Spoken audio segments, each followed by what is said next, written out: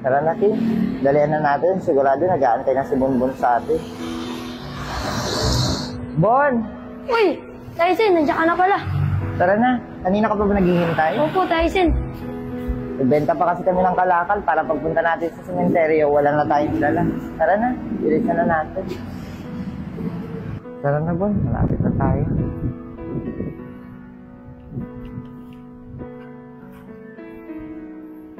Nay, Tay, kamusta na po kayo? Pasensya na po ngayon na kami ulit nakabalik. Tingnan niyo si Bonbon, saka si Kim, ang lalaki na nila. Bumuna tayo sa tabi nila nanay.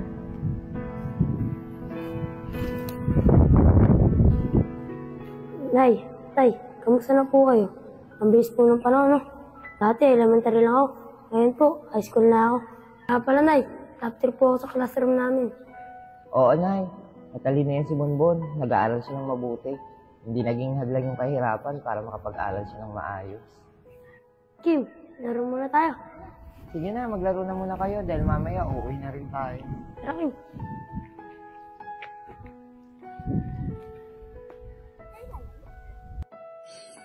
Nay, Tay, ang bilis po ng panahon.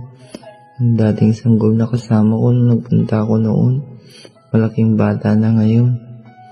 At bukas po, kukunin na siya ng mga magulang niya.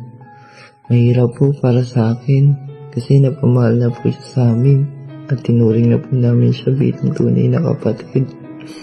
Pero wala po akong magawa kasi wala naman po akong kakayanan para ibigay yung magandang buhay na naghihintay sa kanya. Alam ko naman po na sa piling ng tunay niyang mga magulang, magiging maganda ang buhay niya at matutupad niya lahat ng mga pangarap niya. Kahit mahirap at masakit po para sa akin, titiisin ko po dahil alam kong ayun ang tama at ayun ang mas makakabuti para sa kanya. Kayo na po ang bahala sa amin. Alam ko pong may magandang plano ang Diyos kaya nangyari ang mga gantong bagay. Pinapaubaya ko na po sa inyong lahat.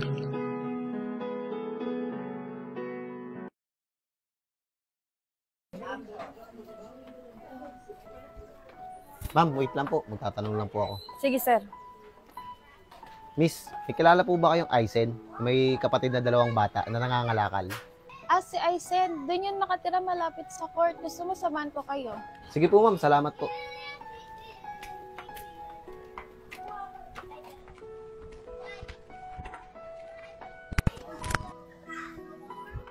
Sir, dito po sila nakatira yung may gate dito. Miss, maraming salamat po Ma'am, tara na po. Oh, may tao. Wait lang, Kim, bubuksan ko lang yung pinto. Hey, sir, kayo na po pala yan. Pasok po kayo.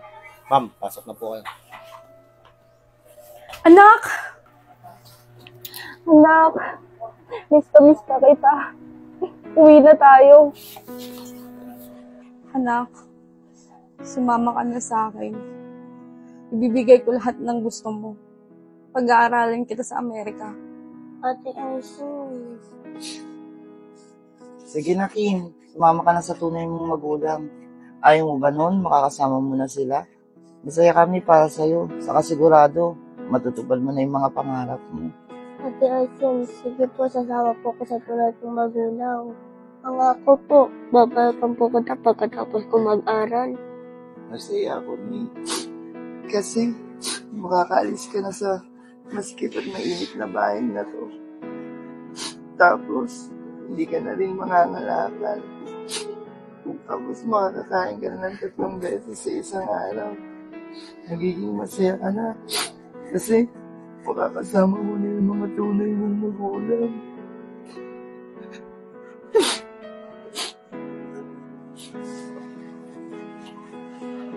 Alam mo, Kim, namimiss kita. Pero lahat yun, titiisin ko. Dahil alam ko, yun ang igagaganda ng buhay mo. Ate Aisen, mamamiss din po kita.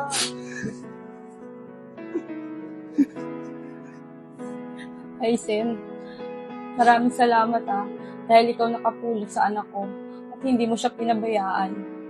Tanawin ko tong isang malaking utang na loob. Huwag po kayong mag-alala. Kasi simula po nung nakuha ko si Kim, hindi ko na po siya pinabayaan. Kasi tinuring ko po siyang tunay na kapatid. Kasi ulila na po kami ni Bunbun. Danas po namin yung walang magulang. Kaya naawa po ako sa kanya. Kaya hindi ko po siya tinuring na iba. Aisen, pwede ko ba kayong yayain kumain sa labas?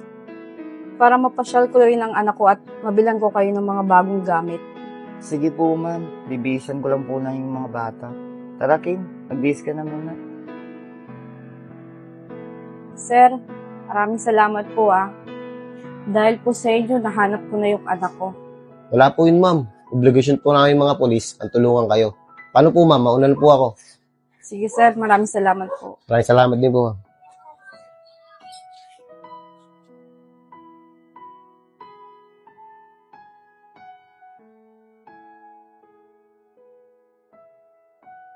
Grabe, Kim.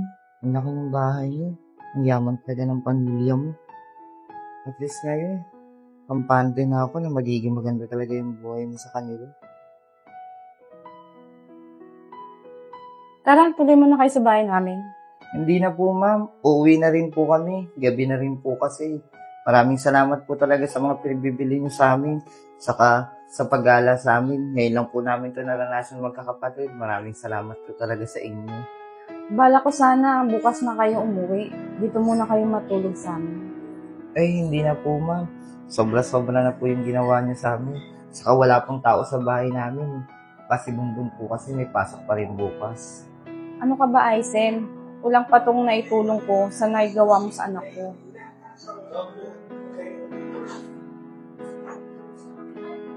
O, Aisen, para makapagsimula kayo ng kapatid mo. Mas magandang magnegosyo kayo ng kapatid mo. Ma'am, hindi ko na po yata matatanggap yan. Sobra-sobra na po yung tinutulong niyo sa amin. Sige na, Aisen, tanggapin mo na to. Kulang pa to sa naitulong mo sa anak ko. Ate Aisen, tanggapin mo na po yan. Sige na, Aisen, tanggapin mo na to. Sige po, ma'am. Huwag po kayong mag-alala. Gagamitin ko po itong pera para sa pag-aaral ni Bunbun, saka para sa gastusin namin magkapatid. Tungkol pala sa pag-aaral ng kapatid mo, ako nang bahala hanggang makatapos siya. Ma'am, maraming salamat po talaga. Malaking tulong po talaga sa amin ito ng kapatid ko. Huwag po kayong mag-alala. Yung naitulong niyo po sa amin, hindi po namin sasayang. Ma'am, maraming salamat po.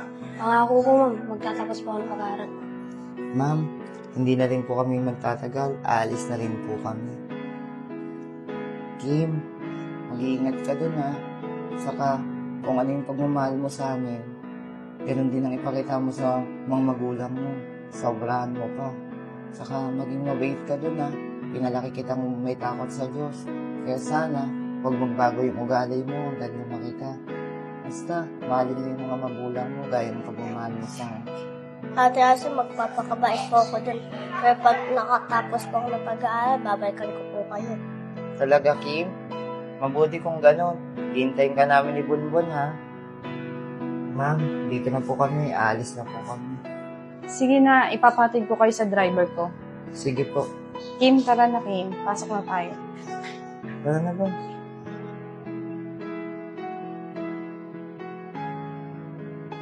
Ilang oras pa lang natin hindi nakakasama si Kim. Namimiss ko na kaagad siya. Yung bahay natin, sobrang tahimik na. Mula nung nawala siya. Oo lang yung Tyson. Mamalaga, nasa mabuting kalagayan na si Kim. Ate Asin, sama na lang po ako. Kaya ko naman po para din po makatulong na din po sa inyo. Sigurado ka ba, Kim? Mainit doon. Okay lang po, Ate Asin. Sige na nga, isasama na lang kita. Ate Asin, ang ganda po dito. Ngayon lang po ako nakapunta dito. Ako po, Ate Asin, gusto ko po maging teacher paglaki ko. Nga pala, King, bakit gusto mo maging teacher? Kasi po, gusto ko po kayo turuan kasi po hindi po kayo nakapag-aral Ate Asin, ayoko po sumama sa kanila kahit kunti ang buhay natin. Kayo pa rin po ang gusto ko makasama. Ano ka ba naman, Kim? Ayaw mo makilala yung mga tunay mong magulang. Saka sigurado ko na makakapag-aral ka din ng maayos. Pabibigyan ka nila ng magandang buhay. Kasi tingnan mo naman yung sitwasyon natin. Bunbun pa lang nag-aaral, pero nahihirapan na ako. At least doon, pagkasama mo na yung mga magulang mo, matutupad mo na yung pangarap mo maging teacher. Saka, sigurado ako, magandang kinabukasan na naghihintay sa'yo. Sige po, Ate Aisam, pero wag po ka mag-alala. Pupuntahan ko pa rin po kayo. Kaya,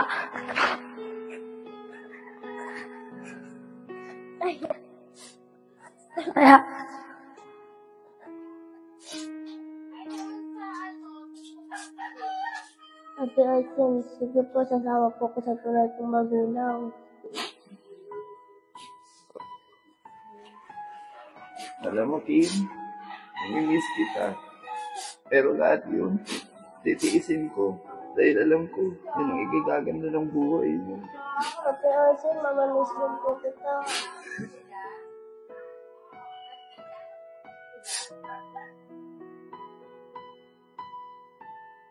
Bon, dalihan mo na dyan, matutulog na tayo. Sige po, Tyson.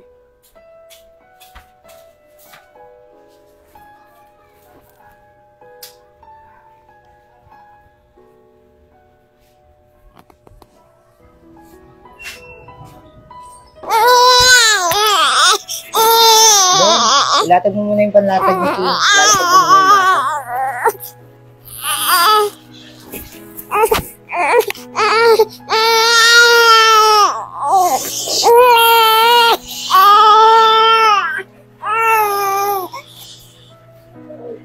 Kim, huwag ka nang umiyak.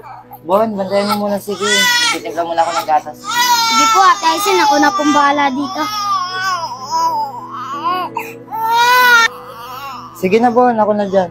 Kim, dede na, Kim. Bantay ka na.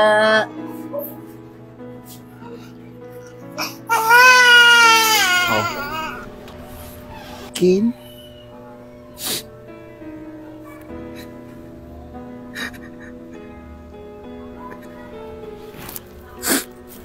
Tyson, ano pong nangyayari sa'yo? Wala, Bon. Panaginipan ko lang si Kim. Sige na, matulog na ulit tayo.